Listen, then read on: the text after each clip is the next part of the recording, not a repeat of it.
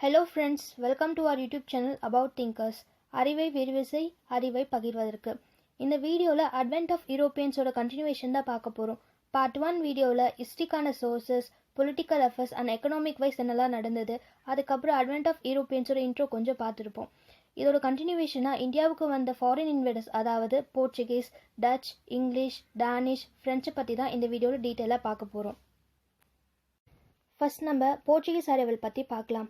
Entire யூரோப்லேயே Portuguese தான் இந்தியாவுக்கு சீரூட் கண்டுபிடிக்கிறதுல ரொம்ப தீவிரமாக இருந்திருக்காங்க. பிரின்ஸ் ஹென்ரி ஆஃப் போர்ச்சுகல், இவர் காமனாக நேவிகேட்டர், அதாவது மாலுமி ஹென்ரின்னு சொல்லுவாங்க. இவர் என்ன பண்ணுறாருன்னா, தன்னோட நாட்டு மக்கள் எல்லாம் வேர்ல்டில் இருக்கிற அன்னோன் பிளேசஸை ரிசர்ச் பண்ண சொல்லி என்கரேஜ் பண்ணியிருந்திருக்காரு. இவருக்கு அடுத்து பாட்டிலுமா டயஸ் அப்படிங்கிறவர் ஆஃப்ரிக்காவோட சதர்மோஸ்ட் பாயிண்டான கேப் ஆஃப் குட் ஹோப்பை 1487 ரீச் பண்ணுறாரு. இவர் அப்போ ரிசீவ் பண்ண கிங் ஜான் II. அதுக்கடுத்து வாஸ்கோட காமா 15th செஞ்சுரியில் 3 கப்பலில் 170 பேரோட ஆஃப்ரிக்காவோட சதர்மோஸ்ட் பாயிண்ட்டை ரீச் பண்ணிவிட்டு அங்கேருந்து மொசம்பிக்யூக்கு இவரோட ஜேர்னியை கண்டினியூ பண்ணுறாரு. அங்கே இருந்து ஒரு இந்தியன் பைலட் ஹெல்ப்னால இவரால் இந்தியாவுக்கு வர முடியுது. இவர் 1498 கேலிக்கட்டை ரீச் பண்ணியிருந்திருக்காரு. அப்போ கேலிக்கட்டோட அரசர் கிங் ஜாம்பூரி தான் இவரை வெல்கம் பண்ணியிருக்காரு. நெக்ஸ்ட் 1498 ஆகஸ்டில் தன்னோடு வந்த 170 பேரில் வெறும் 55 பேரோட 3ல் 2 கப்பல் ஃபுல்லாக இந்தியன் குட்ஸோட இவர் ஈரோப்புக்கு ரிட்டர்ன் ஆகியிருக்காரு. இவருக்கு அடுத்து போர்ச்சுகீஸ் நேவிகேட்டரான பெட்ரோ ஆல்வஸ் கேப்ரல் வாஸ்கோடகாமா கண்டுபிடிச்ச சீ ரூட்லேயே 13 ships and 1500 சோல்ஜர்ஸோட கேலிக்கட்டுக்கு வந்திருக்காரு. இவரோட வருகை போர்ச்சுகீஸ்க்கும் கிங் ஜாம்பூரினுக்கு இடையில ஒரு தகராறை ஏற்படுத்துது. நெக்ஸ்ட் வாஸ்கோடகாமா 1501 இந்தியாவுக்கு செகண்ட் டைமாக 20 ஷிப்ஸோடு வராரு. இவர் வந்ததும் கண்ணனூரில் ட்ரேடிங் சென்டரை அமைச்சிருந்திருக்காரு. அதை தொடர்ந்து கேலிக்கட் அண்ட் கொச்சினில் ஃபேக்ட்ரிஸையும் எஸ்டாப்ளிஷ் பண்ணியிருந்திருக்காரு. இதனால கிங் ஜாம்பூரி என்ன பண்ணுறாருன்னா, போர்ச்சுகீஸை அட்டாக் பண்ணியிருந்திருக்காரு. ஆனால் அவரால் வின் பண்ண முடியல. போர்ச்சுகீஸ் ஈஸ்ட் இந்தியா கம்பெனியோட ஃபர்ஸ்ட் கேபிட்டலாக கொச்சின் இருந்திருக்கு. நெக்ஸ்ட் 1524 தேர்ட் டைமாக வாஸ்கோடகாமா கொச்சினுக்கு வராரு. அப்போ அவருக்கு உடம்பு சரியில்லாமல் ஆகி அங்கேயே அவர் இறந்து போயிட்டாரு. நெக்ஸ்ட் நம்ம பிரான்சிஸ்கோ டி அல்மைடாவை பற்றி பார்க்கலாம். இந்தியாவில் இருக்கிற போர்ச்சுகீஸ் செட்டில்மெண்ட்ஸ்க்கெல்லாம் இவரை ஃபர்ஸ்ட் கவர்னராக அப்பாயிண்ட் பண்ணியிருந்திருக்காங்க. இவரோட நோக்கம் இந்தியாவில் இருக்கிற போர்ச்சுகீஸ் நாவல் பவரை ஸ்ட்ரென்தன் பண்ணுறதுல இருந்தது. அதனால இவரோட கொள்கைகளை ப்ளூ வாட்டர் பாலிசின்னு சொல்கிறாங்க. போர்ச்சுகீஸ் இந்தியன் ஓஷனில் இருக்கிற அரப் ட்ரேடை அட்டாக் பண்ண ட்ரை பண்ணும்போது அது இன்டைரக்டாக எஜிப்த் அண்ட் டர்க்ஸை அஃபெக்ட் பண்ணிடுது. இதனால சுல்தான் ஆஃப் பிஜாப்பூர் அண்ட் குஜராத்லாம் போர்ச்சுகீஸ்க்கு எகெயின்ஸ்டாக எஜிப்த் அண்ட் டர்க்கிக்கு சப்போர்ட் பண்ணுறாங்க. நெக்ஸ்ட் சாவல் பிளேஸில் நடந்த நாவல் பேட்டில், அதாவது கடற்படை போரில் போர்ச்சுகீஸை எதிர்த்து முஸ்லீம் ஃப்ளீட்ஸ் அட்டாக் பண்ணுறாங்க. இந்த பேட்டிலில் போர்ச்சுகீஸ் டிஃபீட் ஆகுறாங்க. அது மட்டும் இல்லாமல் அல்மைடாவோட சன் இதில் கொல்லப்படுறாரு. நெக்ஸ்ட் டியூ பிளேஸில் நடந்த நாவல் பேட்டில் அல்மைடா அந்த முஸ்லீம் ஃப்ளீட்ஸை டிஃபீட் பண்ணுறாரு. நெக்ஸ்ட் 1509 போர்ச்சுகீஸ் அவங்களோட நாவல் சூப்பர்மசியை ஏஷியாவில் கிளைம் பண்ணியிருந்திருக்காங்க. நெக்ஸ்ட் நம்ம ஆல்ஃபன்சோ டி ஆல்பிக்யூக்கை பற்றி பார்க்கலாம். இந்தியாவில் போர்ச்சுகீஸோட ரியல் பவரை கொண்டு வந்தது இவர் தான். இவர் என்ன பண்ணுறாருன்னா, 1510 கோவாவை பிஜாப்பூர் சுல்தானான யூசப் அலி கான் கிட்ட இருந்து கேப்சர் பண்ணியிருந்திருக்காரு. 1515 போர்ச்சுகீஸ் தங்களோட அதிகாரத்தை ஆல்மோஸ்ட் இன் பர்ஷியன் கல்ஃப் மேலே செலுத்துறாங்க. இது மட்டும் இல்லாமல் இவங்க போர்ச்சுகீஸ்க்கும் இந்தியன் உமன்ஸுக்கான மேரேஜையும் எல்லா மதம் சார்ந்த மக்களை கோவாவில் செட்டில் ஆக சொல்லி என்கரேஜ் பண்ணியிருந்திருக்காங்க. இவங்க விஜயநகர் பேரரசு கூட ஃப்ரெண்ட் ரிலேஷன்ஷிப்பை தான் மெயின்டைன் பண்ணிட்டு வந்திருக்காங்க. நெக்ஸ்ட் இவர் என்ன பண்ணுறாருன்னா, India, China and Mecca and கைரோக்கு இடையிலான ட்ரேட் ரூட் மேலே மேலாதிக்கம் வச்சுருந்த முஸ்லீம்ஸை டிஃபீட் பண்ணி அவங்க கிட்டே இருந்து மலாக்காவை கேப்சர் பண்ணுறாரு. இவர் அடுத்து அரப்ஸை அட்டாக் பண்ணி ஏடனை கேப்சர் பண்ணியிருந்திருக்காரு. நெக்ஸ்ட் நம்ம நினோடி குன்னாவை பற்றி பார்க்கலாம். இவர் என்ன பண்ணுறாருன்னா, கேபிட்டலை கொச்சின்லேருந்து கோவாக்கு 1530 ஷிஃப்ட் பண்ணியிருந்திருக்காரு. 1534 இவர் பாசினை பகதூர் ஷா ஆஃப் குஜராத் கிட்ட இருந்து கேப்சர் பண்ணுறாரு. அதை தொடர்ந்து 1537 டியூவை கேப்சர் பண்ணுறாரு. டாமனை லோக்கல் சீஃப்ஸ் ஆஃப் குஜராத்தான இமாதுல் முல்க் கிட்ட இருந்து கேப்சர் பண்ணுறாரு. அதுக்கப்புறம் சால்செட்டை 1548 ஆக்குபை பண்ணுறாரு. இதை தொடர்ந்து Bombay from western coast, Hooghly on Bengal coast and சாந்தோமான் மெட்ராஸ் கோஸ்ட்லேருந்து ஆக்குபை பண்ணியிருந்திருக்காரு. நெக்ஸ்ட் இவர் டொபேக்கோ கல்டிவேஷனை இந்தியாவுக்கு கொண்டு வராரு. நெக்ஸ்ட் நம்ம போர்ச்சுகீஸ் இந்தியாவில் காமனாக என்னெல்லாம் பண்ணியிருந்திருக்காங்க அப்படிங்கிறத பார்க்கலாம். இந்தியாவில் இவங்களோட செல்வாக்குனால கேத்தோலிக் ரிலிஜியன், அதாவது கேத்தோலிக் கிறிஸ்தவம் இந்தியாவோட ஈஸ்டர்ன் வெஸ்டர்ன் கோஸ்ட்லலாம் பரவ ஆரம்பிக்குது. 1556 பிரிண்டிங் ப்ரெஸ்ஸை கோவாக்கு இவங்க கொண்டு வந்திருக்காங்க. ஒரு European writer 1563 Indian medicinal plant அப்படிங்கிற புக்கை பிரிண்ட் பண்ணி கோவாவில் பப்ளிஷ் பண்ணியிருந்திருக்காரு. நெக்ஸ்ட் மிடில் ஆஃப் 16th செஞ்சுரியில் கொலம்போவில் ஒரு ஃபோர்ட் பில்ட் பண்ணதுக்கப்புறம் இவங்களோட கட்டுப்பாடு சிலோன் மேலே அதிகமாகிருக்கு. நெக்ஸ்ட் ஆண்டனியோ டி நோர்னா பீரியடில் அக்பர் குஜராத்தில் இருக்கிற கேம்பேக்கு வருகை தந்திருக்காரு. 1580 ஸ்பெயினோட கிங் ஃபிலிப் போர்ச்சுகீஸை டிஃபீட் பண்ணி அந்த நாட்டை ஆக்குபை பண்ணியிருந்திருக்காரு. நெக்ஸ்ட் டச் போர்ச்சுகீஸை ஃபர்ஸ்ட் சிலோனில் டிஃபீட் பண்ணி அதை தொடர்ந்து மலபார்லேயும் அவங்கள டிஃபீட் பண்ணி அங்கே இருக்கிற போர்ட்டெல்லாம் ஆக்குபை பண்ணியிருந்திருக்காங்க. இந்த நிலையில் போர்ச்சுகீஸ் அவங்களோட செட்டில்மெண்ட்ஸை பாதுகாக்கிறத விட்டுட்டு அவங்களோட கவனத்தை பிரேசில் நாட்டு மேலே திருப்பியிருந்திருக்காங்க. நெக்ஸ்ட் நம்ம போர்ச்சுகீஸ் இந்தியாவுக்கு வந்ததுனால என்ன மாதிரியான இம்பேக்ட்லாம் இங்கே இருந்திருக்கு அப்படிங்கிறத பார்க்கலாம். First time political history of இந்தியாவில் யூரோப்பியன்ஸ் இந்தியன் கிங்ஸை டிஃபீட் பண்ணி அவங்களோட பிளேசஸ் எல்லாம் ஆக்குபை பண்ணியிருந்திருக்காங்க. நெக்ஸ்ட் இந்தியன் கிங்ஸ்லாம் ஒன்றா இல்லாமல் அவங்கவுங்க நாடுன்னு தனியாக பிரிஞ்சிருந்ததை ஒரு அட்வான்டேஜாகவே யூரோப்பியன்ஸ் யூஸ் பண்ணிக்கிட்டாங்க. நெக்ஸ்ட் யூரோப்பியன்ஸ் வாரில் நியூ மெத்தட்ஸ் அண்ட் நியூ வெப்பன்ஸ்னு யூஸ் பண்ணது ஒரு இம்பார்ட்டன்ட் ரோலை ப்ளே பண்ணியிருந்திருக்கு அப்படின்னு சொல்லலாம். என்னதான் போர்ச்சுகீஸ் அரபோட முற்றுரிமையை கண்ட்ரோல் பண்ணாலும் அது அவங்களுக்கு யூஸ்ஃபுல்லாகவே இல்லை. ஆனால் இங்கிலீஷ் அதாவது பிரிட்டிஷ்க்கு யூஸ்ஃபுல்லாக இருந்தது. பிரிட்டிஷ் பிரெட்ஸ் ஆகிய கடற்கொள்ளையர்களை அழிச்சு கடல் வழி பயணத்தை ஒரு பாதுகாப்பு ஒன்றா ஆக்கியிருந்தாங்க. நெக்ஸ்ட் யூரோப்பியன்ஸுக்கும் இந்தியன்ஸுக்கான மேரேஜை இவங்க என்கரேஜ் பண்ணதுனால யுரேஷியன்னு சொல்லப்படுற ஒரு புது இனமே உருவாச்சு. லேட்டர் இவங்களை ஏஷியன் ஆஃப்ரிக்காவிலிருந்து போர்ச்சுகீஸ் காலனிஸ்க்கு கூட்டிகிட்டு போயிருக்காங்க. நெக்ஸ்ட் சென்னையில் இருக்கிற சாண்டோம் போர்ச்சுகீஸ் அரைவலுக்கு ஒரு இம்பார்ட்டன்ட் எவிடன்ஸாக இருந்துகிட்ருக்கு. போர்ச்சுகீஸ் மயிலாப்பூரை அவங்களோட பிளாக் டவுனாக சொல்கிறாங்க. அதே மாதிரி பிரிட்டிஷ் ஜார்ஜ் டவுனை அவங்களோட பிளாக் டவுனாக சொல்லியிருந்திருக்காங்க. நெக்ஸ்ட் போர்ச்சுகீஸ் செட்டில்மெண்ட்டுக்கு அப்புறம் ஜிசிப்னு சொல்லப்படுற சேசு சபையை சேர்ந்த சமய பரப்பாளர்கள்லாம் இந்தியாவுக்கு வந்திருக்காங்க. இவங்களில் குறிப்பாக 2 பேரை சொல்லலாம். First Roberto de Nobili. இவர் தமிழன் சான்ஸ்கிரிட்டில் ரைட் பண்ணதுனால இவர் ஃபாதர் ஆஃப் தமிழ் ப்ரோஸ்னு சொல்கிறாங்க. அடுத்து என்ரிக் விஸ். இவர் பிரிண்டிங் இன் தமிழை அறிமுகப்படுத்துறதுனால இவர் ஃபாதர் ஆஃப் பிரிண்டிங் ப்ரெஸ்னு சொல்லியிருந்திருக்காங்க. நெக்ஸ்ட் 1530 பேர்ல் ஃபிஷரி கோஸ்டில் இருந்த முஸ்லீம் குரூப்புக்கும் போர்ச்சுகீஸ்க்கு இடையில் ஒரு பெரிய தகராறு ஏற்படுது. அதுக்கடுத்து பாரவாஸ்னு ஒரு குரூப் அரபோட அட்ராசிட்டிஸை தாங்க முடியாமல் போர்ச்சுகீஸ் கிட்ட வந்து கம்ப்ளைண்ட் பண்ணியிருந்திருக்காங்க. இந்த சான்ஸை யூஸ் பண்ணிக்கணும்னு நினச்ச போர்ச்சுகீஸ் என்ன பண்ணுறாங்கன்னா ரோமன் கேத்தாலிக் பிரைஸ்ட்டை பாரவாஸ் இருக்கிற இடத்துக்கு அனுப்பி கிட்டத்தட்ட ஒரு thousands ஆஃப் பாரவாஸை கிறிஸ்டியானிட்டிக்கு மாற்றுறாங்க. இது தொடர்ந்து சொசைட்டி ஆஃப் ஜீசஸ் ஃபவுண்டரான செயின்ட் பிரான்சிஸ் கேவியர் கோவாக்கு வராரு. 1542 அங்கேருந்து தூத்துக்குடிக்கும் புண்ணியக்காயிற்கு பிளேசஸ்க்கெலாம் போய் அங்கே மதம் மாறினவங்களுக்கு திருமுழுங்கு சடங்கு அதாவது பேப்டிபைஸ் பண்ணுறாரு. திருமுழுங்கு சடங்குனா ஹோலி வாட்டர் அதாவது புனித நீரை தெளித்து ஞானஸ்தானம் வழங்குறது தான் திருமுழுங்கு சடங்குன்னு சொல்லுவாங்க. நெக்ஸ்ட் போர்ச்சுகீஸ் கார்ட்ஸ்னு கொடுக்குற ப்ரொடெக்ஷனை கண்டிப்பாக அக்செப்ட் பண்ணியே ஆகணும்னு சொல்லிட்டு இந்தியன்ஸை ஃபோர்ஸ் பண்ணியிருந்திருக்காங்க.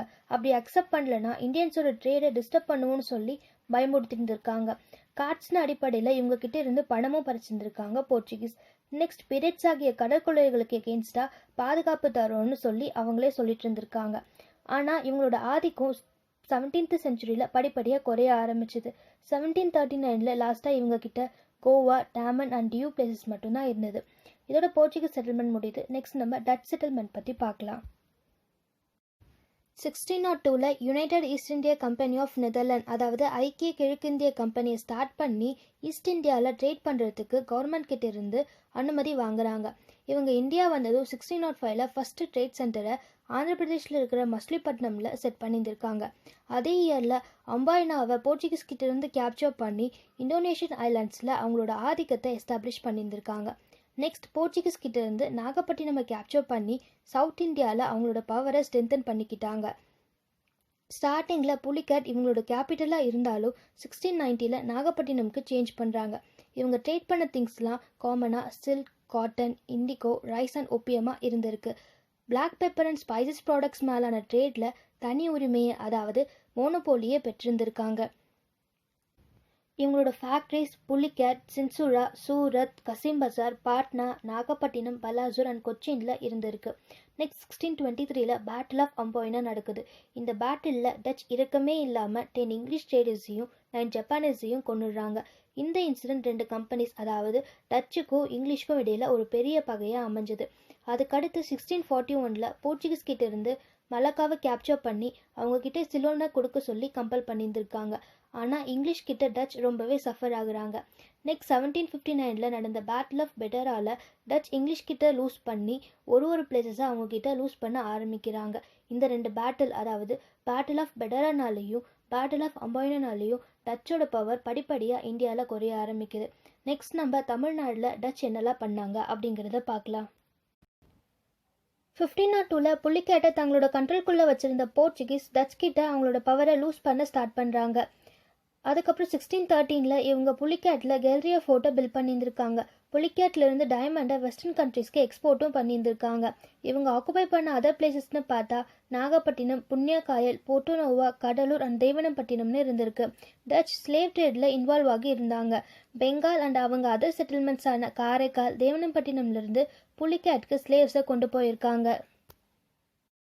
இவங்க ஸ்லேவ்ஸை பிடிக்கிறதுக்காகவே தனியாக புரோக்கர்ஸையும் எம்ப்ளாய் பண்ணியிருந்தாங்க. ஃபெமைன், ரஃப்னால நிறைய பற்றாக்குறை ஏற்பட்டதுனால ஸ்லேவ் ட்ரேட் இன்னும் அதிகமாக நடந்திருக்கு. அதுக்கப்புறம் பிஜாப்பூர் சுல்தான் தஞ்சாவூர் அட்டாக் பண்ணதுனால அங்கிருந்த பயிர் நிலங்கள்லாம் ரொம்பவே சேதம் அடைஞ்சது.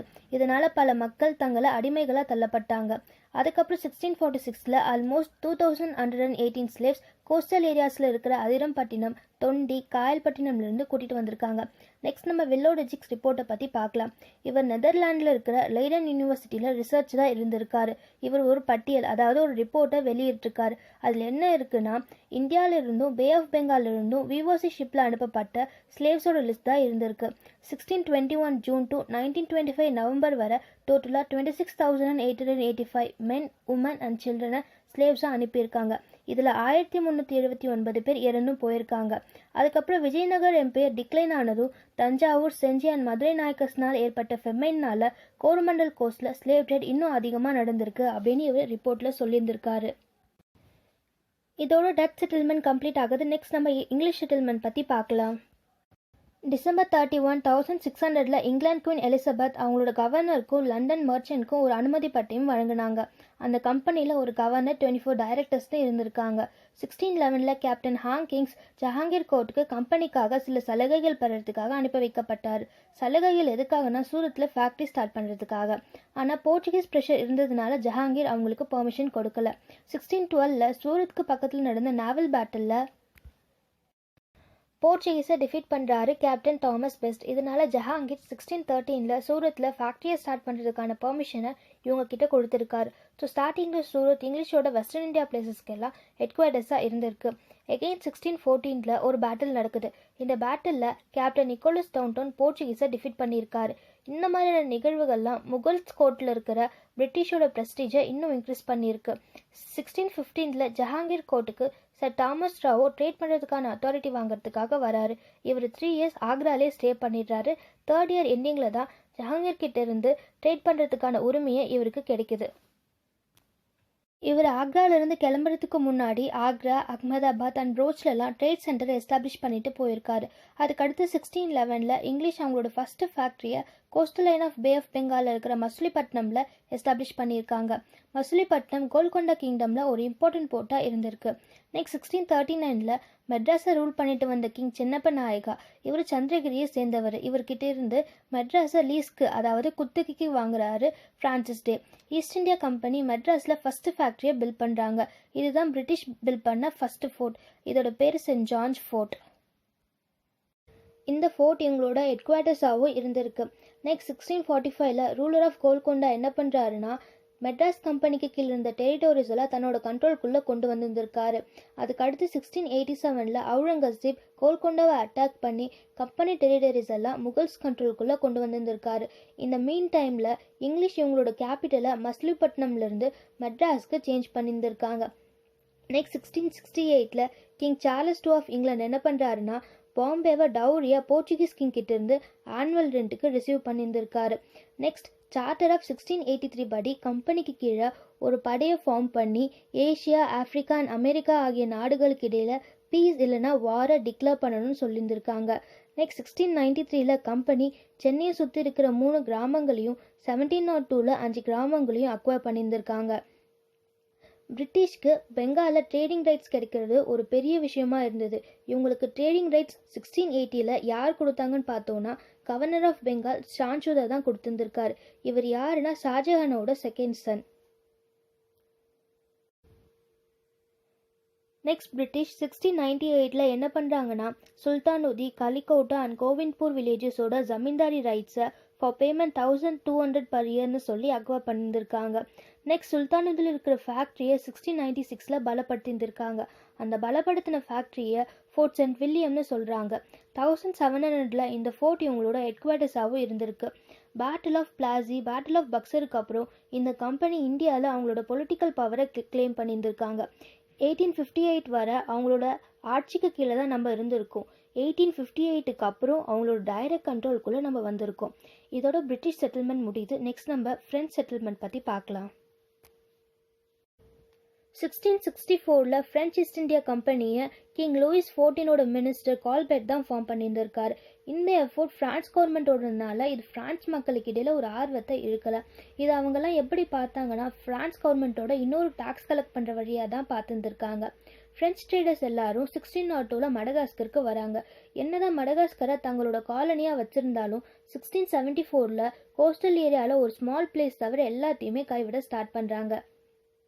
பார்பர் இவர் இந்தியாவில் இருக்கிற ஃப்ரெஞ்ச் ஏஜென்ட். இவர் என்ன பண்ணுறாருன்னா, 1666 அவுரங்கசீப் கிட்ட இருந்து ஃபேக்ட்ரி ஸ்டார்ட் பண்ண ஃபிர்மன், அதாவது அனுமதி வாங்குறாரு. அப்படி வாங்கி 1608 சூரத்தில் ஃபேக்ட்ரியை ஃப்ராங்கோயிஸ் கரோன் தலைமையில் எஸ்டாப்ளிஷ் பண்ணியிருந்திருக்காரு. நெக்ஸ்ட் டச்சுக்கு எகெயின்ஸ்டாக நெக்ஸ்ட் 1 இயர்க்குள்ளவே அடுத்த ஃபேக்ட்ரியை மசூலிப்பட்டினமில் எஸ்டாப்ளிஷ் பண்ணியிருந்திருக்காங்க. ஃப்ரெஞ்ச் செட்டில்மெண்ட்டுக்கு ஒரு ஸ்ட்ராங்கான பிளேஸ் வேணும்னு ஃபீல் பண்ண கால்வெட் ஜாக்கோப் பிளான்குய் டீலா ஹே தலைமையில் ஒரு நாவல் ஆர்மியை அனுப்புகிறாரு.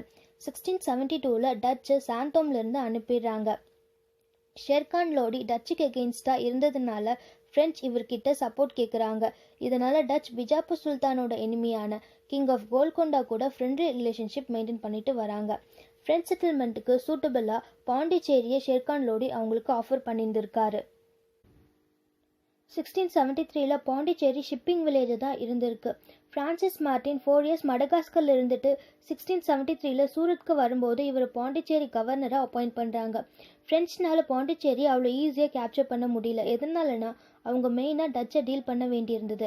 அது மட்டும் இல்லாமல் 1672 ஃப்ரான்ஸுக்கும் ஹாலாண்டுக்கும் கண்டினியூஸாக வார் நடந்துகிட்டே இருந்ததுனால இந்தியாவில் ஃப்ரெஞ்சுக்கிட்ட தேவையான மணி, மென், ஆர்மின்னு எதுவுமே இல்லை.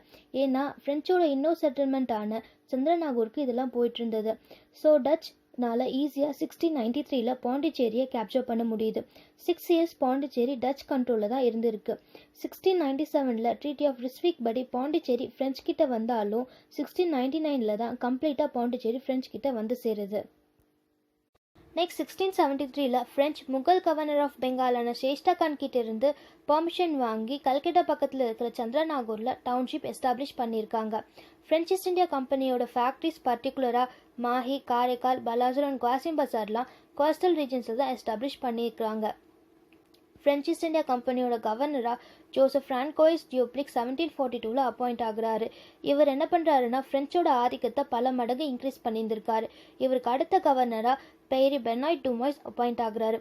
இதுக்கப்புறம் நடந்த கர்நாடிக் வார்ஸில் ஃப்ரெஞ்ச் பிரிட்டிஷ் கிட்ட லூஸ் பண்ணி அவங்களோட செட்டில்மெண்ட்ஸை ஒன்று ஒன்றா இழக்க ஆரம்பிக்கிறாங்க. இதோட ஃப்ரெஞ்ச் செட்டில்மெண்ட்ஸ் கம்ப்ளீட் ஆகுது. நெக்ஸ்ட் நம்ம டானிஷ் செட்டில்மெண்ட் பற்றி பார்க்கலாம். March 17, 1616 King of Denmark Christian IV ஒரு சார்ட்டரை இஷ்யூ பண்ணி டானிஷ் ஈஸ்ட் இந்தியா கம்பெனியை ஸ்டார்ட் பண்ணியிருந்திருக்காரு. அதுக்கடுத்து அட்மிரல் ஓவி கெஜ்ரி சிலோனுக்கு தன்னோட ஃபர்ஸ்ட் கடல் பயணத்தை மேற்கொண்டிருக்காரு. அங்கே போய் சிலோனில் எந்த விதமான ட்ரேட் கான்ட்ராக்டையும் கன்க்ளூட் பண்ண முடியாததுனால அங்கேருந்து ஏமாற்றத்தோடு ரிட்டர்ன் ஆகுறாரு. அப்படி ரிட்டர்ன் ஆகும்போது அவங்களோட ஒரு இம்பார்ட்டன்ட் ஷிப்பை போர்ச்சுகீஸ் காரைக்காலில் முழுகடிக்கிறாங்க. அதிலிருந்து 13 sailors அண்ட் டைரக்டர் ராபர்ட் கிரபியை தஞ்சாவூர் நாயக்கா கிட்ட கூட்டிகிட்டு போயிருக்காங்க. அங்கே தஞ்சாவூர் அரசரோட ராபர்ட் கிரபி ஒரு அக்ரிமெண்ட்டை நவம்பர் 20, 1620 சைன் பண்ணியிருந்திருக்காரு. அந்த அக்ரிமெண்ட் படி தரங்கம்பாடி வில்லேஜை ரிசீவ் பண்ணி அங்கே ஃபோர்ட் கட்டுறதுக்கான உரிமையை அவங்க பெறுறாங்க. இந்த ஃபோர்ட் வீடுகளையும் சாலைகளையும் சேதப்படுத்தின கடல் அலைகள் முன்னாடி ஒரு பாதுகாப்பற்றதாக தான் இருந்திருக்கு. நெக்ஸ்ட் 30 இயர்ஸ் வார்னால என்னதான் நிறைய ஃபினான்ஷியலாக லாஸ் பண்ணியிருந்தாலும் டானிஷ்னால மசூலிப்பட்டினமில் அவங்களோட நெக்ஸ்ட் ஃபோர்ட்டை கட்ட முடிஞ்சது. டென்மார்க் இன்வெஸ்டர்ஸ்லாம் டானிஷ் கம்பெனியை அழிக்கணும்னு நினைக்கும் போது அந்த எண்ணத்தை கிங் கிறிஸ்டின் IV தடுக்கிறாரு. இவர் இறந்ததுக்கப்புறம் இவரோட மகனே அந்த கம்பெனியை 1648 டெஸ்ட்ராய் பண்ணிடுறாரு. செகண்ட் டைமாக டானிஷ் ஈஸ்ட் இந்தியா கம்பெனி 1696 இந்தியாவில் ஃபார்ம் ஆகுது. இதனால டென்மார்க்குக்கும் தரங்கம்பாடிக்கும் இடையிலான ட்ரேட் மறுபடியும் கண்டினியூ ஆகுது. நெக்ஸ்ட் நாயக்கா ஆஃப் தஞ்சாவூர் என்ன பண்ணுறாருன்னா, தரங்கம்பாடி சுற்றி இருக்கிற 3 வில்லேஜஸை டானிஷ்க்கு கிஃப்டாக கொடுத்துருந்துருக்காரு. அதுக்கடுத்து 1755 டானிஷ் அந்தமான நிக்கோபார் ஐலாண்ட்ஸில் செட்டில் ஆகுறாங்க. அங்கே செட்டில் ஆன கொஞ்சம் வருஷத்துலேயே அங்கே மலேரியா ஃபீவர் அதிகமாக பரவி இருந்ததுனால 1848 அங்கேருந்து ரிட்டர்ன் ஆகிடுறாங்க. நெப்போலியன் போர் நடந்த காலத்தில் பிரிட்டிஷ் டானிஷ் பிளேசஸை நாசம் பண்ணிடுறாங்க. இதனால 1839 சீரம்பூரியும் 1845 தரங்கம்பாடி அண்ட் அதர் செட்டில்மெண்ட்ஸை பிரிட்டிஷ் கிட்ட வித்துடுறாங்க. நெக்ஸ்ட் நம்ம டானிஷ் தமிழ்நாட்டில் என்னெல்லாம் பண்ணியிருந்திருக்காங்க அப்படிங்கிறத பார்க்கலாம். பார்த்திலோமேயஸ் சிக்கென்பால்க் அண்ட் ஹேண்டிட்ஸ் ஃப்ளூட்ஷான்னு 2 சமய பரப்பாளர்கள் 1706 தமிழ்நாடுக்கு வந்து சமய பிரச்சாரம்லாம் பண்ணுறாங்க. அதுக்கப்புறம் 10 மாதத்துக்குள்ள மதம் மாறினவங்களுக்கெல்லாம் திருமுழுங்கு சடங்கையும் பண்ணி வைக்கிறாங்க. இதை ஹிந்துஸ் அண்ட் லோக்கல் டானிஷ் அதிகாரிங்க எதுக்குறாங்க. இதனால சிக்கென்பால்க்கு 4 மந்த் ஜெயில் தண்டனை கிடைக்குது. அதுக்கப்புறம் கோப்பனேகனை சேர்ந்த மத பரப்பாளர்கள்லாம் உள்ளுள்ள இருக்கிற சர்ச்சை என்கரேஜ் பண்ணணும்னு நினச்சாங்க. அதனால சமய பரப்பாளர்களை வெறும் பிரச்சாரம் மட்டும் பண்ண சொல்லியிருந்திருக்காங்க. ஆனால் சிக்கென்பால்க் இதை மத போதனைக்கு ஒரு வழியாக தான் இருந்திருக்குன்னு சொல்லியிருக்காரு. சிக்கென்பால்க் நெக்ஸ்ட் பிரிண்டிங் ப்ரெஸ்ஸை செட் பண்ணி Tamil language, Indian religion and cultural பற்றின புக்கை எல்லாம் பப்ளிஷ் பண்ணியிருந்திருக்காரு. 1715 நியூ டெஸ்டமெண்ட் புக்கை தமிழில் டிரான்ஸ்லேட் பண்ணியிருந்திருக்காரு. அதுக்கடுத்து 1719 February 23 இவர் இறந்து போயிடாரு. இவர் இறக்குறதுக்கு முன்னாடி நிறைய புத்தகங்களை தமிழில் டிரான்ஸ்லேட் பண்ணியிருந்திருக்காரு. அதில் பைபிளும் அவரோட ஒர்க்கில் ஒன்றாகும். இதோட டானிஷோட ஆதிக்கம் படிப்படியாக குறைய ஆரம்பிச்சதுனால இவங்கள பலப்படுத்திக்காததுனால இவங்களோட செட்டில்மெண்ட்ஸ் எல்லாம் பிரிட்டிஷ் கிட்ட 1845 வித்துடுறாங்க. இதோட டானிஷ் செட்டில்மெண்ட் கம்ப்ளீட் ஆகுது. இந்த ஸ்லைடில் எந்த மாதிரியான ஃபாரின் இன்வெஸ்டர்ஸ் இந்தியாவுக்கு எந்த இயரில் வந்திருக்காங்க, அவங்களோட ஃபஸ்ட்டு ஃபேக்ட்ரி எந்த இயரில் எந்த பிளேஸில் பில்ட் பண்ணியிருக்காங்க அப்படிங்கிறது தான் இருக்குது. இப்போ நம்ம ஒரு சின்ன ரீகேப் மாதிரி பார்க்கலாம். ஃபர்ஸ்ட் நம்ம இந்தியாவுக்கு போர்ச்சுகீஸ் வராங்க, அவங்கள டச் எலிமினேட் பண்ணுறாங்க. அதுக்கப்புறம் பிரிட்டிஷ் அவங்கள வெளியே அனுப்பிச்சிடுறாங்க. டச்சும் டானிஷும் அவங்கள ஸ்ட்ரென்தன் பண்ணிக்காததுனால அவங்களோட எல்லா செட்டில்மெண்ட்ஸையும் பிரிட்டிஷ் கிட்ட வித்துடுறாங்க. லாஸ்ட்டாக ஃப்ரெஞ்ச் கர்நாடிக் வார்ஸில் பிரிட்டிஷ் கிட்ட தோற்று போய் அவங்களோட எல்லா செட்டில்மெண்ட்ஸையும் வித்துடுறாங்க. லாஸ்ட்டாக பிரிட்டிஷ் இந்தியாவில் அவங்களோட பொலிட்டிக்கல் பவரை கிளைம் பண்ணி இந்தியாவை ரூல் பண்ணிட்டு வராங்க. இதோட அட்வென்ட் ஆஃப் யூரோப்பியன்ஸ் கம்ப்ளீட் ஆகுது. இந்த வீடியோ உங்களுக்கு யூஸ்ஃபுல்லாக இருந்தால் லைக் பண்ணுங்கள், ஷேர் பண்ணுங்கள், மறக்காமல் எங்கள் யூடியூப் சேனலுக்கு சப்ஸ்கிரைப் பண்ணுங்கள். தேங்க்யூ ஃபார் வாட்சிங்.